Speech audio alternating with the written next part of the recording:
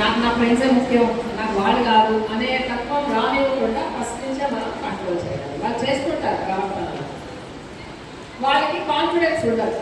ప్రతిదానికి వాళ్ళు ఫ్రెండ్స్ చెప్పిందే వినడం స్టార్ట్ చేస్తారు.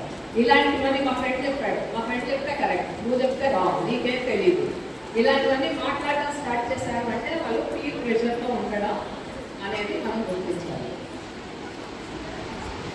సో మనం ఏం చేయాలంటే ఫస్ట్ ఆఫ్ ఆల్ గౌరవం అనేది దేని ద్వారా వస్తుందో అనేది మీరు చెప్పాలి. గౌరవం అనేది మనం వేసుకునే బట్టల్లో రాదు, మనం చేసే పనులలో వస్తుంది అనేది మీరు వాల్యూస్ అంటారు దాన్ని, దాన్ని మీరు పైకి తీసుకోవాలి. వాళ్ళకి అవగాహన ఇవ్వాలి.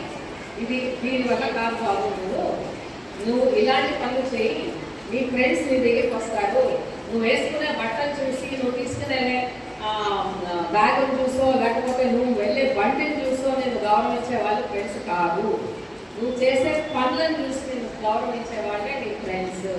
ట్రూ ఫ్రెండ్స్ ఒక్కరున్నా చాలు, 10 మంది మనకు అవసరం లేదు అనేది మనం వాళ్ళకి చెప్తూ రావాలి. ఎప్పటి నుంచి?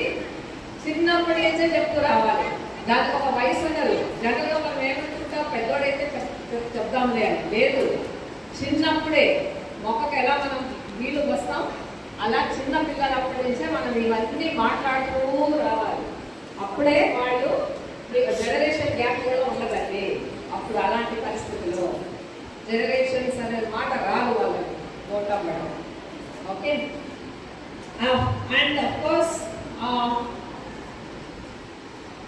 వాళ్ళకి కరెక్ట్ ఏంటి తప్పేంటి. ఇప్పుడు వాళ్ళు వస్తారు, వచ్చి అమ్మ నా ఫ్రెండ్స్ నేను నువ్వు అనలేదు మమ్మీ, నేను ఇప్పుడు ఏం చేయాలి, వాళ్ళు నన్ను రమ్మంటున్నారు, నేను నువ్వు పంపించకపోతే కానీ వాళ్ళు నన్ను ఫ్రెండ్షిప్లో చేర్చుకోరు అంటే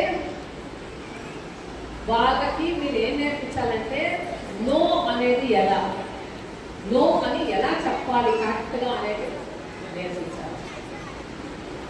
మీరు చెప్పచ్చు, నన్ను విలన్ చేసేరా పర్వాలేదు, మా అమ్మ తప్పేస్తారు నేను వస్తే ఇప్పుడు అని చెప్పండి. లేదా